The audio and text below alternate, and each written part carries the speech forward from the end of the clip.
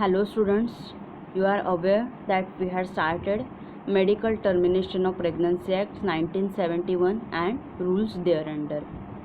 In previous part we had seen the brief idea behind the behind this MTP Act. This is also called as the MTP Act 1971. So brief introduction of this act, then what are the objectives for forming this act, for developing this act, so to that save the life of mothers, this act is mainly implemented. Then we had seen the conditions under the certain conditions the termination of a pregnancy can be done, in that health measure, grounds of humanity and eugenic grounds that we had seen. Then different definitions which are there. So guardian, lunatic, mentally ill person, minor and owner. So these are the very simple definitions which are there in this chapter. Then after that we had seen the constitution committee, that is the constitution of a district level committee, then places where pregnancy may be terminated. Then next is the facilities which are to be provided at the place of the termination of a pregnancy, or these are the conditions for the approval of a place for medical terminations of a pregnancy. So pregnancy mainly कधी terminate करता येते तर which is up to the 12 weeks. So up to the 12 weeks असेल means if it is a less than 12 weeks pregnancy असेल then there will be only one registered medical practitioner opinion is taken. And if that pregnancy it is in between the 12 weeks to 20 weeks, then that time the opinions of two registered medical practitioner is taken. See carefully, if the pregnancy it is less than 12 weeks, then only one registered medical practitioner opinion is taken. And if the pregnancy is 12 weeks to 20 weeks, then two medical registered practitioners opinion is taken. Then for which requirements should be there for the approval of a place up to the 12 weeks. So for the that up to 12 weeks it's generally first trimester. So first of all, for that place where this 12 weeks that is medical termination of pregnancy is done, so that place should be a safe and should satisfy hygienic conditions. Then that place should have gynecology examination table, or that labor table, specific labor table or gynecological examination table is there, that should be present. Then resuscitation equipment, resuscitation equipment and sterilization equipment. Resuscitation equipment means that person is unconscious. Okay, so to make that person conscious, that equipments which are there are called the resuscitation equipment, sterilization equipment. Then drugs and parenteral fluids, different medicines and parenteral fluids, that is IV fluids which are required, that should be there. Then backup facilities for treatment of the shock, that should be there. Then facilities for transportation of vehicle, transportation facilities, that should be there at that approved place. that is म्हणजे जिथे काय केलं जाणार आहे की pregnancy जे आहेत जे अप टू काय आहे 12 वीक्स आहेत. ओके, जिथे टर्मिनेशन कसं करायचं आहे की up to 12 weeks means less than 12 weeks ज्या वुमनचं काय आहेत त्या प्रेग्नंट आहेत. ओके, मीन्स प्रेग्नन्सीचे त्यांचे जे वीक्स असतात ते आफ्टर दॅट मिसिंग पिरियड नंतरचे काही वीक्स असतात ते, that is so that approval of the place up to 12 weeks MTP. So there should be a required safe and satisfactory hygienic conditions. Then that examination table, labor examination table, then resuscitation and sterilization equipment, drugs and parenteral fluids, IV fluids will be required.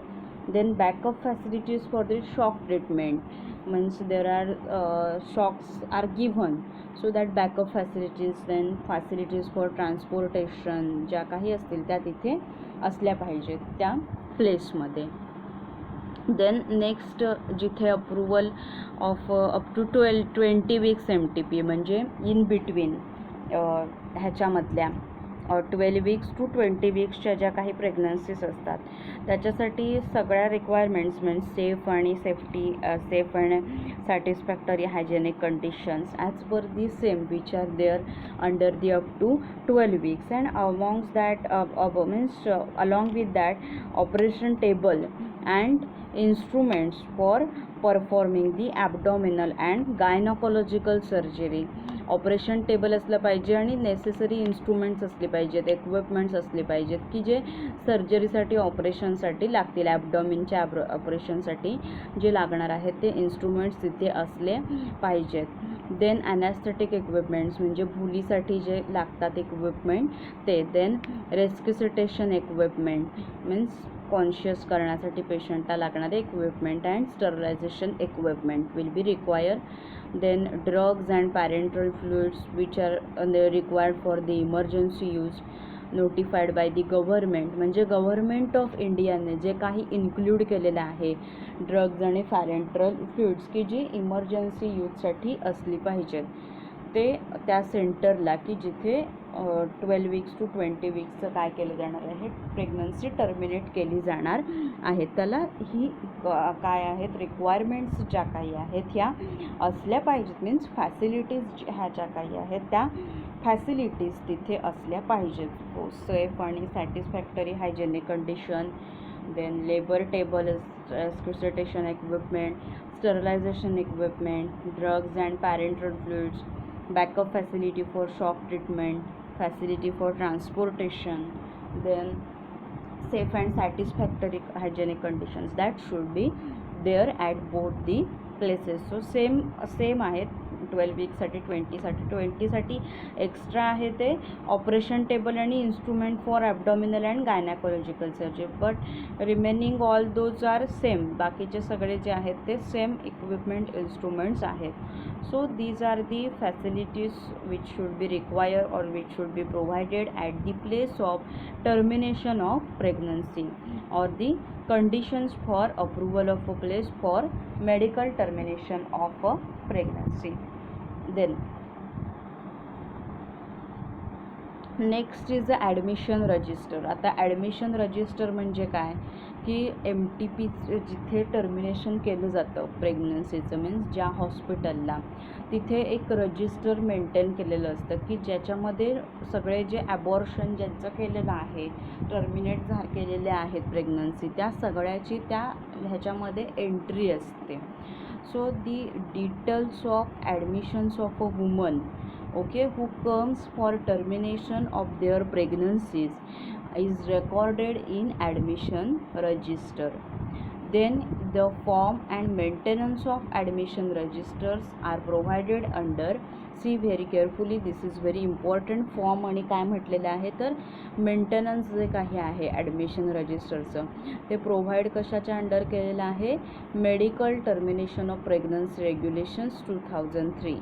Okay त्याच्या under काय केलेलं आहे provide केलेलं गेलेलं आहे.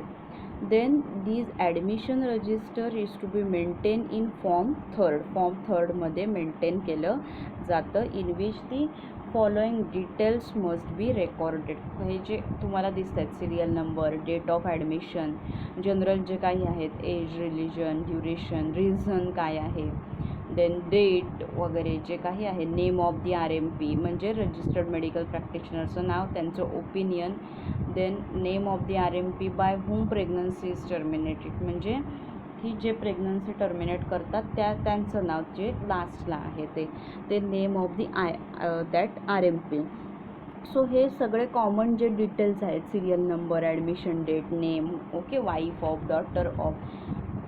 So हे सगळे points आहेत ते त्या ॲडमिशन रजिस्टरमध्ये काय केले जातात रेकॉर्ड केले जातात. आणि हे जे that admission register is to be maintain in form 3rd मध्ये हे काय केलं जातं तर हे मेंटेन केलं जातं admission register.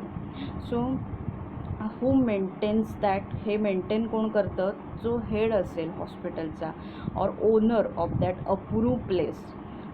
should year wise maintain the admission register. त्यांनी year wise ही रजिस्टर मेंटेन करायची असतात. प्रत्येक इयरचं एक रजिस्टर असतं. Means after the end of the calendar year such register should be kept for a period of 5 years. Means suppose ते 2020ला register संपलं तर पुढे 5 इयर्स म्हणजे अप टू 2025पर्यंत ते रजिस्टर आहे ते त्याने त्याच्या स्वतःच्या हॉस्पिटलमध्ये ठेवून द्यायचं. ते रजिस्टर आहे ते काय करायचं तर मेंटेन करायचं. Okay, after the means register of the end होतं जेव्हा इयर एंड होतं, ते इयर एंड झाल्यानंतर ते रजिस्टर त्याने काय करायचं तर स्वतःकडे म्हणजे त्याच्या हॉस्पिटलला मेंटेन करून ठेवायचं for the period of 5 years. Then after 5 years means on the expiry of 5 years it should be destroy. ते नंतर डिस्ट्रॉय केलं तरी चालतं. Then entries in the register should be made serially entry करायच्या सगळ्या अनुक्रमाणिकेनुसार.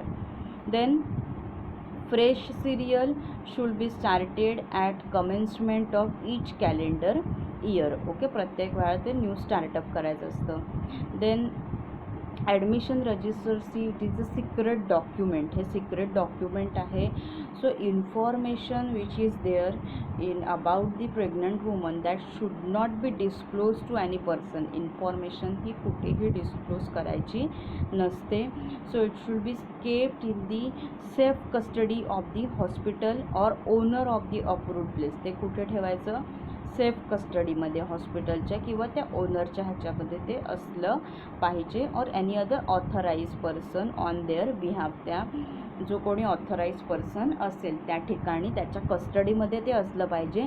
आणि ज्या वुमन्सची प्रेग्नन्सी टर्मिनेट केलेली आहे ती वुमन्सची इन्फॉर्मेशन कुठेही कोणासमोरही काय करायची नाही तर डिस्क्लोज करायची नाही. So unless required by the law that admission register should not be open for inspection by any person. म्हणजे जर कोणी इन्स्पेक्शनला आलं त्या कायद्यानुसार जर कोणी लागलं, okay, unless required by law. So admission register म्हणजे कोणीही पर्सन आलं त्यांनी इन्स्पेक्शनसाठी ते मागितलं तर कोणाही समोर ते रजिस्टर आहे ते काय करायचं नाही तर द्यायचं नाही, म्हणजे ओपन करायचं नाही. ओके, हे आहेत ते ॲडमिशन रजिस्टर. त्याच्यामध्ये सगळे हे काय असतात तर पॅरामीटर असतात, सगळे सिरियल नंबर, डेट वगैरे जे काही आहे ती. आणि हे कोण मेंटेन करतं the head of the hospital और that owner of the approved place. Head असेल हॉस्पिटलचा और जो ओनर असेल तो काय करतो हे मेंटेन करतो. इयर वाईज तो मेंटेन करत असतो हे ॲडमिशन रजिस्टर. आणि जेव्हा हे काय होतं पिरियड तो 8 होतो. So that should be kept for a period of 5 years. मग तिथून पुढे 5 इयर्स त्याने ते काय करायचं तर मेंटेन करायचं. Then on the expiry of 5 years it should be destroy. Expire झाल्यानंतर ते डिस्ट्रॉय करून टाकायचं. Then entries in that register that should be maintain serially. So fresh serial should be started at the commencement of each calendar year. Then see, it is a secret document, so information therein about the pregnant woman that should not be disclosed to any person. Secret document आहे हे. So त्याच्यामध्ये असलेली information आहे वुमनबद्दल ती कुठेही disclose करायची नसते. आणि हे कोणाच्या कस्टडीमध्ये नेहमी राहिलं पाहिजे that it should be kept in the safe custody of that owner of the hospital और that administrative head of that hospital और authorise person on that behalf. So unless required by the law that admission register should not be open for the inspection by any person. So this is the admission register. Means what ह्याच्यामध्ये काय असतं ते details of the admissions of woman for termination of their pregnancy are recorded in admission register. त्या admission रजिस्टरमध्ये record केले जातात. Okay, and today we had seen that is facility provided at the place of termination of the pregnancy or the conditions for the approval of place for medical termination of pregnancy. So this is all about the today's class. Okay, so next class we will see that is under which conditions pregnancies can be terminated by registered medical practitioners. Okay, so thank you so much for fully watching this video. If you have any difficulty, you can ask me anytime. You can ask in the comment section also. Happy learning, stay safe.